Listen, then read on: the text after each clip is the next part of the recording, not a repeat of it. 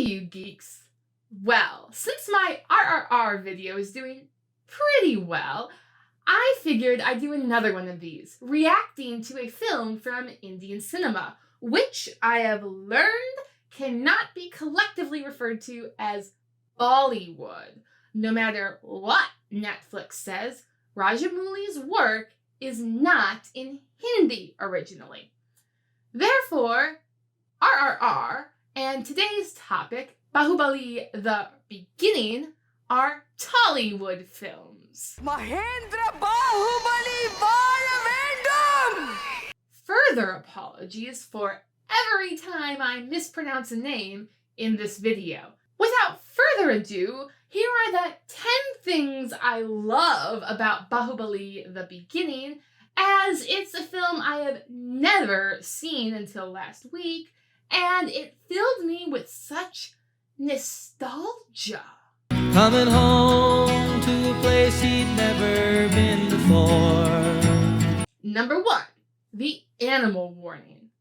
Okay, I know this isn't unique to Baahulbali.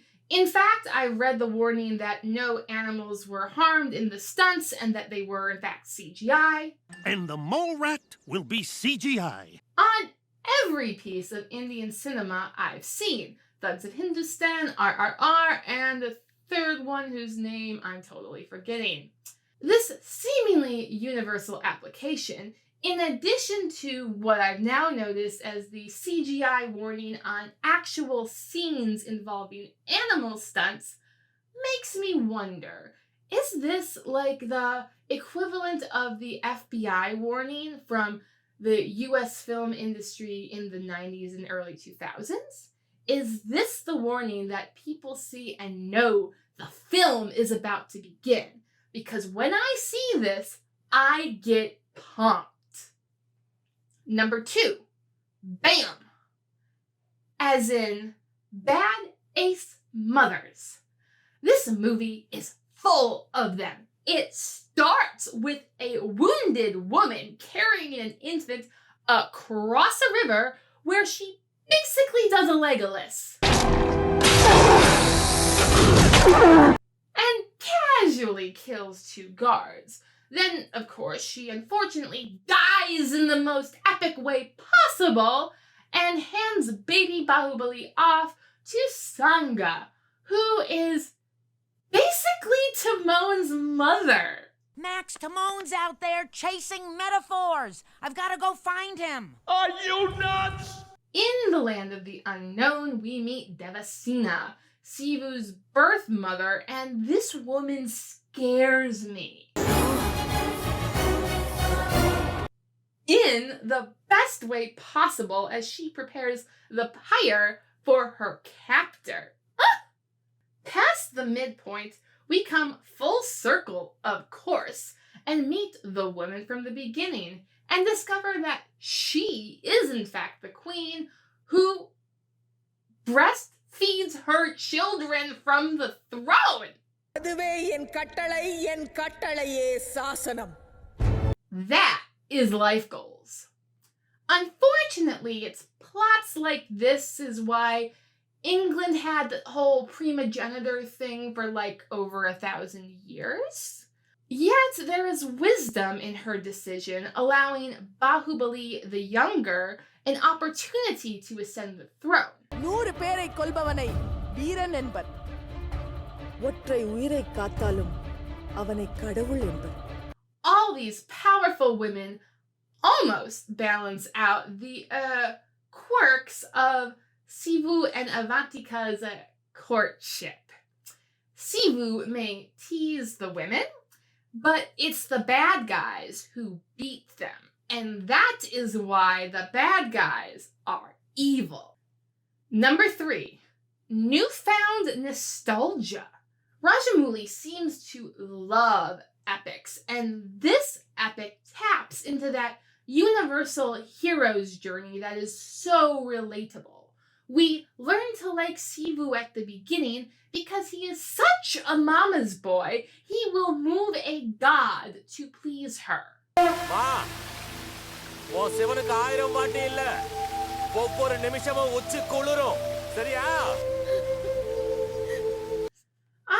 wonder, is India where Lewis got the idea that gods in rock form are superior to gods in statue form? Anyway, here, the god of the Grey Mountain, in this case Shiva, does also play matchmaker by inspiring Sivu to really go beyond the known world, all in the name of love. Because when a guy does something stupid once, well, that's because he's a guy. But if he does the same stupid thing twice, that's usually to impress some girl. And totally dies several times in the attempt. But it's fine because he's basically a Shiva figure. அதை அந்த பரமசிவனால் மட்டும்தான் ஏற முடியும். அதானே நான் சிவன் தானே.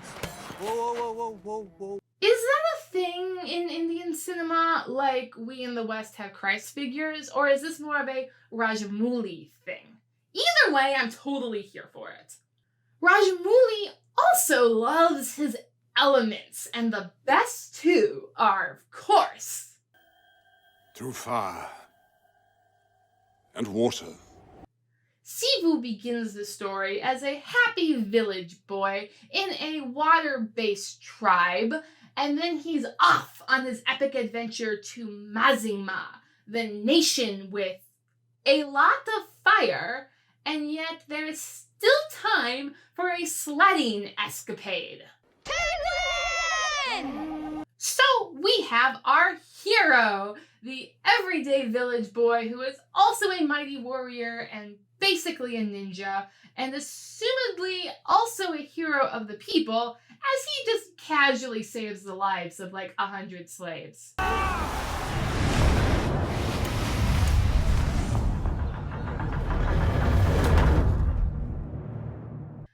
I suppose Hindu monk attire is not as concealing as a Franciscan's, but that is why they invented turbans.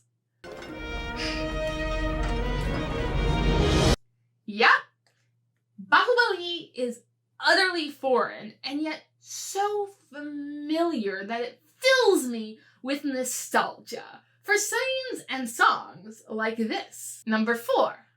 The Water Buffalo!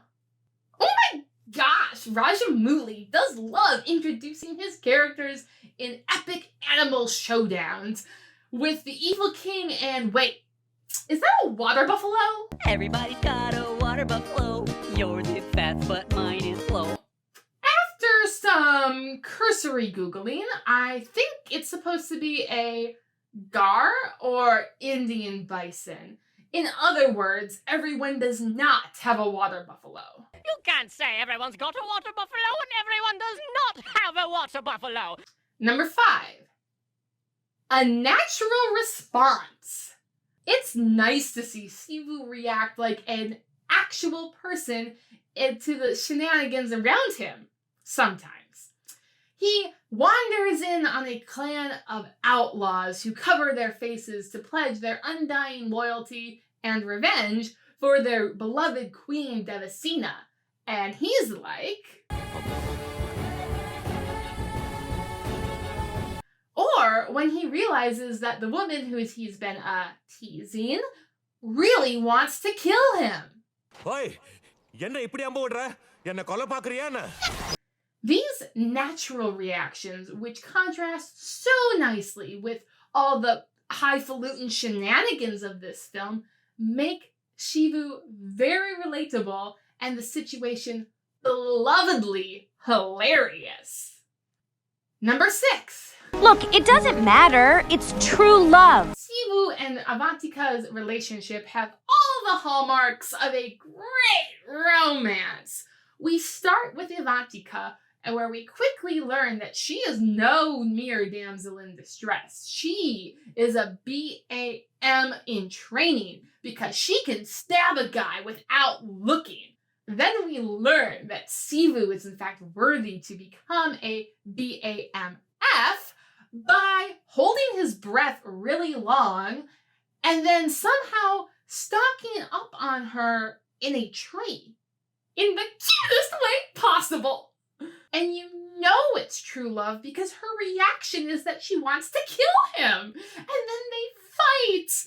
And this scene actually has has some stakes because there's a question of how much clothing is this unrated movie going to remove. And then, fortunately, there is the reveal of the magically appearing red underskirt. It's a lot like Mask of Zorro in the scene where Aleda's hair magically grows 4 inches. Do you surrender? Never. But I may scream. In both cases, there is that unfortunate question of, is this flirting or is this assault? But in the end, Avantika's totally cool with it, and we see that Sivu saw her for the beauty that she wanted to show the world. So then they pursue to totally feel the love tonight.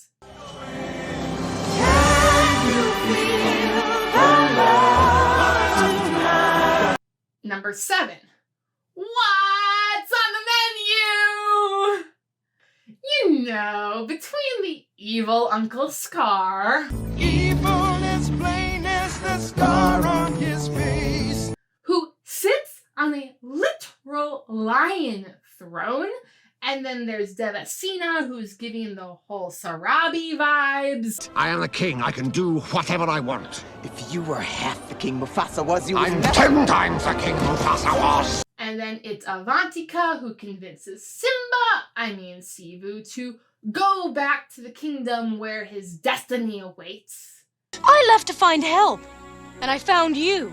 I was relieved that Avantika and Sivu did actually have a discussion about their relationship before moving forward, and him taking on her lifelong goal of rescuing the queen, and then her convincing everyone else to be totally cool with this.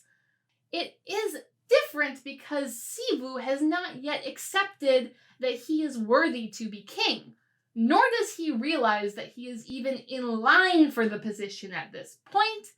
So I guess that is sequel bait. All in all, I'm getting some major Lion King vibes from this movie and loving every minute of it. Oh, and don't forget that the heir apparent's exile happens at the bottom of a really big waterfall.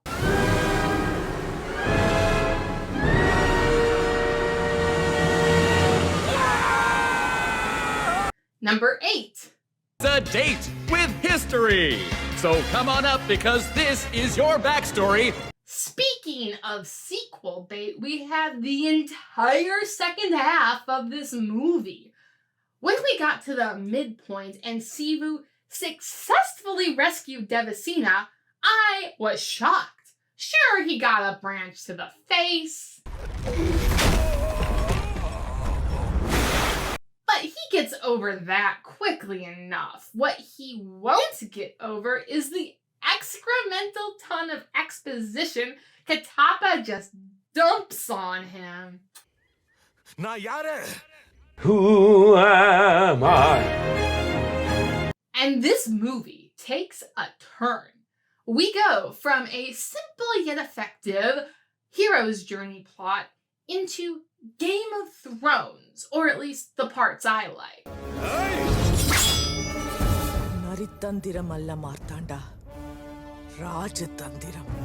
Beginning with the two brothers as rivals plot, and for all the bad things Balaladeva does, he is the one that actually went to go find the thief in the Den of Thieves, while Baahulbali Sr. does whatever this is. I gather that this is supposed to be some sort of demonstration of Baahulbali Sr.'s clever tactics, yet something definitely got lost in translation. Coming out of that, everything changes when the Kalakea attack. Boy, that escalated quickly. Number 9, 3D chess. It's so cool to see the ancient Indian precursor to chess because I am a dork like that. And seeing a battle plan completely established before it actually happens is not something Western cinema usually does. Have you ever seen a movie where they do a heist? You cannot go over the plan. Something's guaranteed to go wrong. That's not... Yet, did they explain the plan, or did Rajamouli set up a riddle? True, evil Uncle Senior clearly says that whoever kills the king will become king, and everyone seems to agree with this. Yet the queen ultimately declares that the enemy king should live.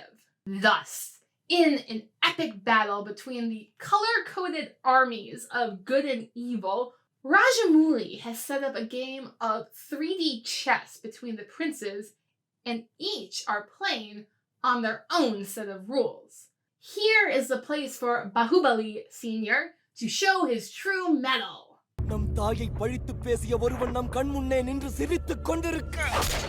Western cinema drastically underestimates the power of a hero's inspirational speech getting interrupted by those attacking army, and he keep going as a total boss move.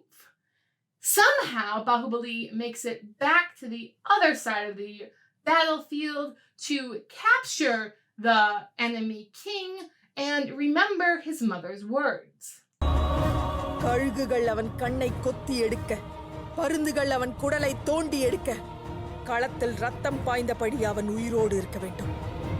While Baahulbali has been playing his father's game this whole time and ultimately kills the king.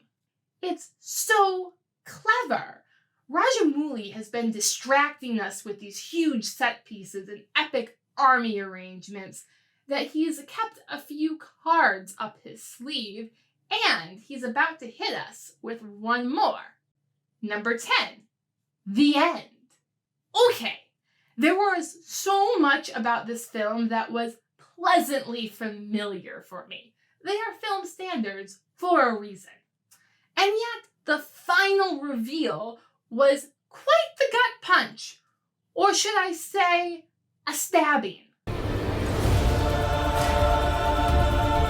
Why did Katapa, Baahulbali's Senior's good and faithful servant, stab him in the back? How did the Fire Nation come to be ruled by a tyrant?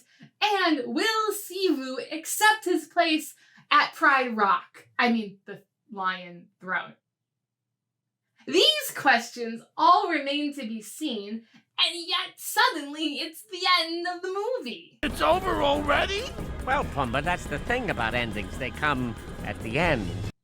And so is my list. I will be covering Baahubali The Conclusion soon, so please like, share, and subscribe if you want to see that. And let me know down in the comments, how badly did I screw up all of these names? Thanks for watching. Bye.